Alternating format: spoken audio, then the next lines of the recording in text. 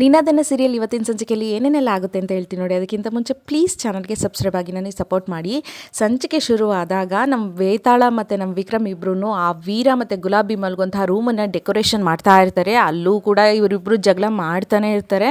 ಆವಾಗ ನಾನು ಡೆಕೋರೇಷನ್ ಅಂದಿದ ತಕ್ಷಣ ಏನೋ ಭಾರಿ ದೊಡ್ಡ ಮಾಸ್ ಅಂದ್ಕೊಂಡಿದ್ದೆ ಕಣೆ ಬೇತಾಳ, ನಿನಗೆ ಡೆಕೋರೇಟ್ ಮಾಡೋಕ್ಕೆ ಬರಲ್ಲ ಬಿಡೆ ಬೇತಾಳ ಅಂತ ಅಂದಾಗ ವೇದ ಇದ್ದಳು, ಸಾಕು ಸುಮ್ಮನಿರಪ್ಪ, ನಿನಗೇನು ಭಾರಿ ದೊಡ್ಡದಾಗಿ ಬರುತ್ತೆ ಅನ್ನೋ ಥರ, ನಿನಗೇನು ಭಾರಿ ಮಾಡಿ ಎಕ್ಸ್ಪೀರಿಯೆನ್ಸ್ ಇದೆ ಅನ್ನೋ ಥರ.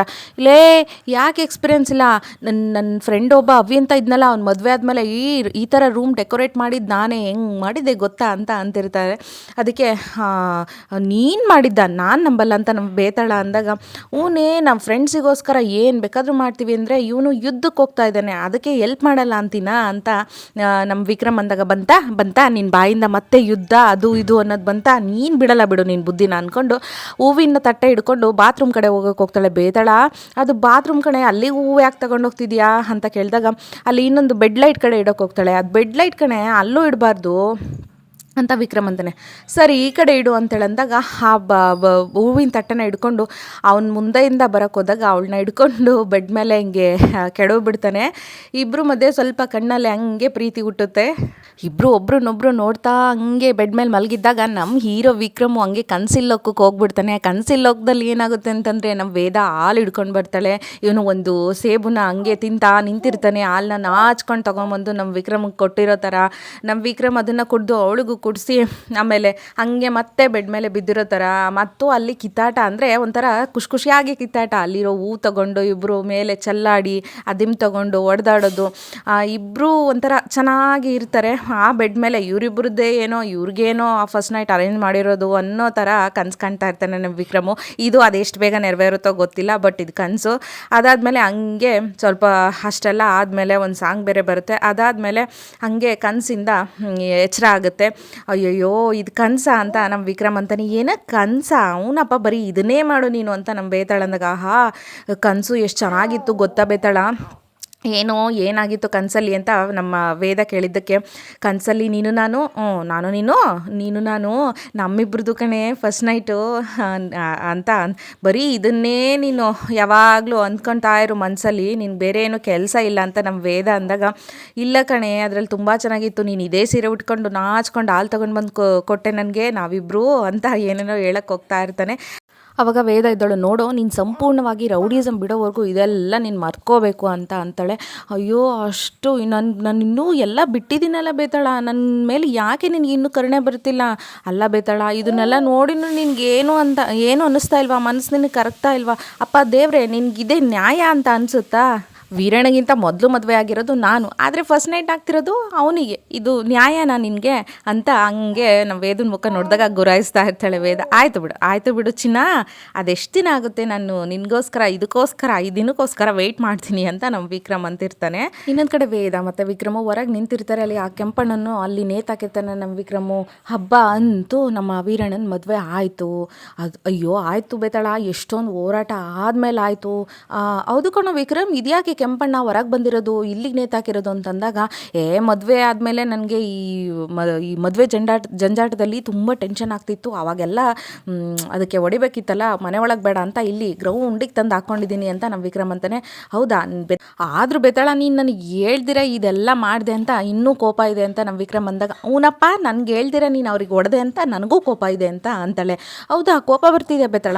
ಬರ್ತಿದೆ, ಚೆನ್ನಾಗಿ ಕೋಪ ಬರ್ತಿದೆ, ನೀನು ನನಗೆ ಮುಖದ ಸಜ್ಜಾಕಬೇಕು ಅನ್ನೋ ಕೋಪ ಬರ್ತಿದೆ ಅಂದಾಗ, ಇಲ್ಲಿ ಇದನ್ನೆಲ್ಲ ಕೆಂಪಣ್ಣ ಇವನಿಗೆ ಹೊಡಿ, ಅಯ್ಯೋ ನನ್ನ ಕೈಲಾಗಲ್ಲಪ್ಪ ಅಂತಂದಾಗ, ಬೇತಾಳ ನೀನು ಮನ್ಸು ಮಾಡಿದ್ರೆ ಆಗ್ಲಿಲ್ದಿರೋದು ಏನೂ ಇಲ್ಲ, ಹೊಡಿ ಬೇತಾಳ ಅಂತಂದಾಗ ಹೊಡಿತಾಳೆ. ಕೈ ನೋವಾಗ್ಬಿಡುತ್ತೆ.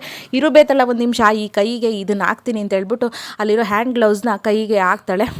ನಮ್ಮ ವಿಕ್ರಮ್ ಹಾಕ್ತಾನೆ ನಮ್ಮ ವೇದನ ಕೈಗೆ. ಹಾಕುವಾಗ ಹಂಗೆ ಅವಳನ್ನು ಹಾಕ್ತಾ ಅಲ್ಲೂ ಕೂಡ ತಪ್ಕೋತಾರೆ, ಅಲ್ಲೂ ಕೂಡ ಕಣ್ಣಲ್ಲೇ ಇಬ್ಬರಿಗೂ ಪ್ರೀತಿ ಆಗುತ್ತೆ. ಬರೀ ಇದೇ ಆಯಿತು ನಮ್ಮೆರಡು ದಿಲ್ಖುಷ್ ಜೋಡಿದು. ಇನ್ನೊಂದು ಕಡೆ ನಮ್ಮ ದಾಮೋದರ ಕುಡಿತಾ ಕೂತಿರ್ತಾರೆ. ಅಲ್ಲಿಗೆ ನಮ್ಮ ಶಕುಂತಲ ಆ ಚಿಕ್ಕ ಮಕ್ಕಳು ಫೋಟೋ ತೊಗೊಂಡು ಹೋಗಿ, ನೋಡಿ ಇಲ್ಲಿ ನಮ್ಮ ಮಕ್ಕಳು, ನೋಡಿ ಇಲ್ಲಿ ಅವಾಗ ಹೇಗಿದ್ರು ಇವಾಗ ಹೇಗಿದ್ದಾರೆ ಅಂತ ಕೇಳ್ತಾಳೆ. ಅದಕ್ಕೆ ನಮ್ಮ ದಾಮೋದರ ಏನಾಗಿದ್ದಾರೆ, ಇಬ್ಬರೂ ಕಡಿದ್ರೆ ಎರಡೆರಡು ಹಾಳಾಗ್ತಾರೆ, ಹಂಗಿದ್ದಾರೆ, ಹಂಗೆ ಬೆಳೆಸಿದ್ದೀನಿ ಅಂತ ದಾಮೋದರ ಅಂದಾಗ, ಬೆಳೆಸೋದು ಯಾವುದು ಅಂದರೆ ಶಾರೀರಿಕವಾಗಲ್ಲ, ಮಾನಸಿಕವಾಗಿ ಅವರನ್ನು ನೀವು ಸರಿಯಾಗಿ ಬೆಳೆಸಿಲ್ಲ. ಇಷ್ಟೊಂದು ದೊಡ್ಡ ಸಾಮ್ರಾಜ್ಯ ಕಟ್ಟಿದ್ದೀನಿ, ಇಷ್ಟೊಂದು ದೊಡ್ಡ ಮನೆ ಕಟ್ಟಿದ್ದೀನಿ ಅಂತೇಳಿ ಅಂತೀರಲ್ಲ, ಜಸ್ಟ್ ಬರೀ ಮನೆ ಕಟ್ಟಿರೋದಷ್ಟೇ ನೀವು ಮಕ್ಕಳಿಗೆ ಬರೀ ಅನ್ನ ಹಾಕಿದ್ದೀರಾ, ಆದರೆ ಅದರ ಮಹತ್ವನ ನೀವು ಹೇಳ್ಕೊಟ್ಟಿಲ್ಲ, ಅವ್ರಿಗೆ ಬೇಕಾದದನ್ನು ನೀವು ಕಲಿಸಿಲ್ಲ, ಬರೀ ರೌಡಿಸಮು ಅದು ಇದು ಎಲ್ಲ ಕಲಿಸಿರೋದು ಅಂತ ತಗೊಂಡ್ಬಿಡ್ತಾಳೆ ಖ್ಯಾತೆನ ನಮ್ಮ ಶಕುಂತಲ. ದಾಮೋದರ ಇದ್ದವರು ನಿನಗೆ ನಿದ್ದೆ ಬರ್ತಿಲ್ಲ, ಗಂಟೆ 12 ಆಗಿದೆ, ನಿದ್ದೆ ಬರ್ತಿಲ್ಲ ಅಂತಂದರೆ ಯಾವುದಾದ್ರೂ ಭಾವಗೀತೆನೋ ಭಕ್ತಿಗೀತೆನೋ ಕೇಳ್ಕೊಂಡು ಮಲ್ಗೋಗು, ಸುಮ್ಮನೆ ನನ್ನ ತಲೆ ತಿನ್ಬೇಡ ಅಂತ ನಮ್ಮ ದಾಮೋದರ ಅಂತಾನೆ. ಶಕುಂತಲ ಇದ್ದವಳು ಚೆನ್ನಾಗಿ ಬೈತಾಳೆ, ನೀವು ಮಕ್ಕಳಿಗೆ ಏನು ಕಲಿಸಿದ್ದೀರಾ ಅನ್ನೋದನ್ನು ಸ್ವಲ್ಪ ಕುತ್ಕೊಂಡು ಯೋಚನೆ ಮಾಡಿ. ಯಾರೋ ರೋಡಲ್ಲಿ ಅವರಿಬ್ಬರನ್ನ ಮುಂದೊಂದು ದಿನ ಹೊಡೆದಾಕಿದ್ರೆ ಅವ್ರ ಸಮಾಧಿ ಮೇಲೆ ಕುತ್ಕೊಂಡು ಈ ಸಾಮ್ರಾಜ್ಯನ ಆಳ್ತೀರಾ? ಮಕ್ಕಳು ಸಾಮ್ರಾಜ್ಯ ಆಳಲಿ ಅಂತ ಇಷ್ಟೊಂದು ಕಟ್ಟಿದ್ದೀನಿ, ನನಗೆ ಗೊತ್ತು ಇದೆಲ್ಲ ಕಷ್ಟಪಟ್ಟಿರೋದು, ನಿನಗೆ ಹೆಂಗೆ ಗೊತ್ತು ಅಂತೇಳಿ ಅಂತೀರಲ್ಲ. ನಾಳಿನ ದಿನ ಮಕ್ಕಳೇ ಇಲ್ದಂಗೆ ಆದರೆ ಯಾರಾದರೂ ಹೊಡೆದಾಕಿದ್ರೆ ನೀವು ಯಾರನ್ನು ಕೂರಿಸ್ತೀರಾ ಈ ಸಮಾಜದೊಳಗೆ, ಈ ಸಾಮ್ರಾಜ್ಯದೊಳಗೆ ರಾಜನಾಗಿ?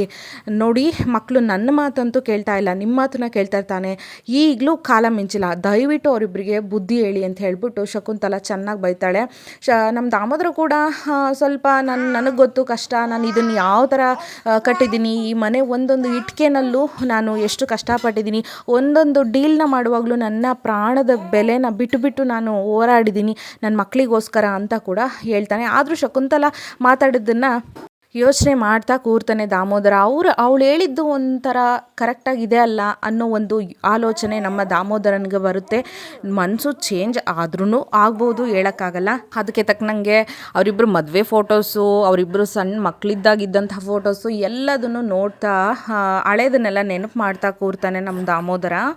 ಇನ್ನೊಂದು ಕಡೆ ನಮ್ಮ ವಿಕ್ರಮು ಬೇತಲ್ಲ ಏನೋ ಮಾಡ್ತಿದ್ದಿ ಅಂದಾಗ, ಏನೋ ಬ್ಯಾಲೆನ್ಸ್ ಮಾಡೋ ಒಂದು ಆಟ ಆಡ್ತಾ ಇದ್ದೀನಿ ಅಂತ ನಮ್ಮ ವೇದ ಅಂತಾಳೆ. ಅವಾಗ ನಿನ್ಗೇನೋ ಸರ್ಪ್ರೈಸ್ ಕೊಡಬೇಕು ಕಣಮ್ಮ, ನಾನು ಬಾಯ್ಲಿ ರೆಡಿಯಾಗಿ ಬಾಯ್ಲಿ ಅಂತ ಕರೀತಾರೆ. ಅಲ್ಲೂ ಒಂದು ಸ್ವಲ್ಪ ಹಂಗೆ ರೊಮ್ಯಾಂಟಿಕ್ಕಾಗಿ ಕಣ್ಣಲ್ಲಿ ಕಣ್ಣಿಟ್ಕೊಂಡು ಇನ್ನೊಂದು ಸ್ವಲ್ಪ ಹಂಗೆ ಸ್ಟಾರ್ಟ್ ಆಗುತ್ತೆ. ಅದಾದಮೇಲೆ ಏನು ಸರ್ಪ್ರೈಸ್ ಅಂದಾಗ, ನೀನೊಂದ್ಸಲಿ ಹೇಳಿದ್ದಲ್ಲ ಬೇತಳ, ನೀನು ಪೂರ್ಣ ರೌಡಿಸಮ್ನ ಬಿಡಬೇಕು, ಅವಾಗಷ್ಟೇ ಇದೆಲ್ಲ ನಮ್ಮ ಮಧ್ಯೆ ಆಗೋದು ಅಂತ. ನಾನು ಇವಾಗ ಸಂಪೂರ್ಣವಾಗಿ ರೌಡಿಸಮ್ ಬಿಡ್ತಾ ಇದ್ದೀನಿ ಅಂತ ನಿನಗೆ ತೋರ್ಸೋಕ್ಕೆ ಮೊದಲನೇ ಬುನಾದಿ ಸರ್ಪ್ರೈಸ್ ಅದು ಅಂತೇಳಿ ಅಂದಾಗ, ಹೌದಾ ನಿಜ ಹೇಳ್ತಾ ಇದೆಯಾ, ನನಗೆ ನಂಬಕ್ಕಾಗ್ತಾ ಇಲ್ಲ ಅಂತ ನಮ್ಮ ವೇದ ಅಂತಾಳೆ.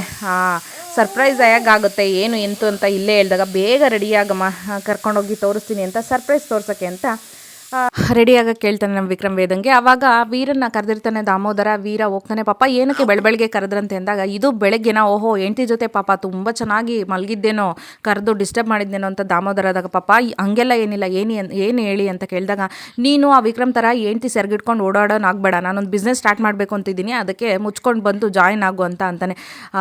ನೀನು ವಿಕ್ರಮ್ ಥರನೇ ಆಗಬೇಡ, ಹಂಗೆ ಹಿಂಗೆ, ಅವನಾದರೂ ಎಷ್ಟೋ ಬೆಸ್ಟು ಒಳ್ಳೆ ಡಿಗ್ನಿಟಿ ಇರೋ ಹುಡುಗಿನ ಮದುವೆ ಅದ, ಆದರೆ ಹೋಗಿ ನೀನು ಆ ಮನೆ ಕೆಲಸದವಳನ್ನ ಥೂ ಅಂತ ಉಗಿತಾ ಇರ್ತಾನೆ ದಾಮೋದರ. ಪಾಪ ಇದನ್ನ ಹಿಡ್ಕೊಂಡು ಇನ್ನು ಎಷ್ಟು ದಿನ ಅಂತ ಬೈತೀರಾ, ಕೆಲಸ ಏನು ಅಂತ ಹೇಳಿ, ನಾನೇನು ಅವನ ಥರ ಆಗಲ್ಲ, ನಾನು ಅಂಡರ್ವರ್ಲ್ಡ್ನ ಆಳಬೇಕು ಅಂತ ಇರೋದು, ಅವನ ಥರ ರೌಡಿಸಮ್ನ ಬಿಡಲ್ಲ ನಾನು, ಏನು ಹೇಳಿ ಅಂತಂದಾಗ, ನೋಡೋ ನೀನು ಕಳ್ಕೊಂಡಿರೋ ಅಪ್ಪನ ನಂಬಿಕೆನ ಮತ್ತೆ ಉಳಿಸ್ಕೋಬೇಕು ಅಂತಂದರೆ ನೀನು ಹೆಂಡ್ತಿನ ನೀನು ಸ್ವಲ್ಪ ಹದ್ಬಸ್ತಲ್ಲಿ ಇಟ್ಕೊ, ಅವನ ಥರ ಹರಿ ಬಿಡಬೇಡ, ಇಲ್ಲ ಅಂತಂದರೆ ಬಳೆ ತೊಡ್ಕೊಂಡು ಮನೇಲಿರಬೇಕಾಗುತ್ತೆ ಹೆಂಗಸ್ತರ ಅಂತ ಹೇಳ್ಬಿಟ್ಟು ಆ ಫೈಲ್ನ ಅವ್ನ ಕೈಲಿ ಕೊಟ್ಟು, ಇದನ್ನಾದ್ರೂ ಕರೆಕ್ಟಾಗಿ ನಂಬಿಕೆ ಉಳ್ಕೊ, ಈ ಕೆಲಸನಾದರೂ ಮಾಡು ಅಂತ ಹೇಳ್ಬಿಟ್ಟು ಒಂದು ಫೈಲ್ನ ಕೊಟ್ಟು ಕಳಿಸ್ತಾನೆ.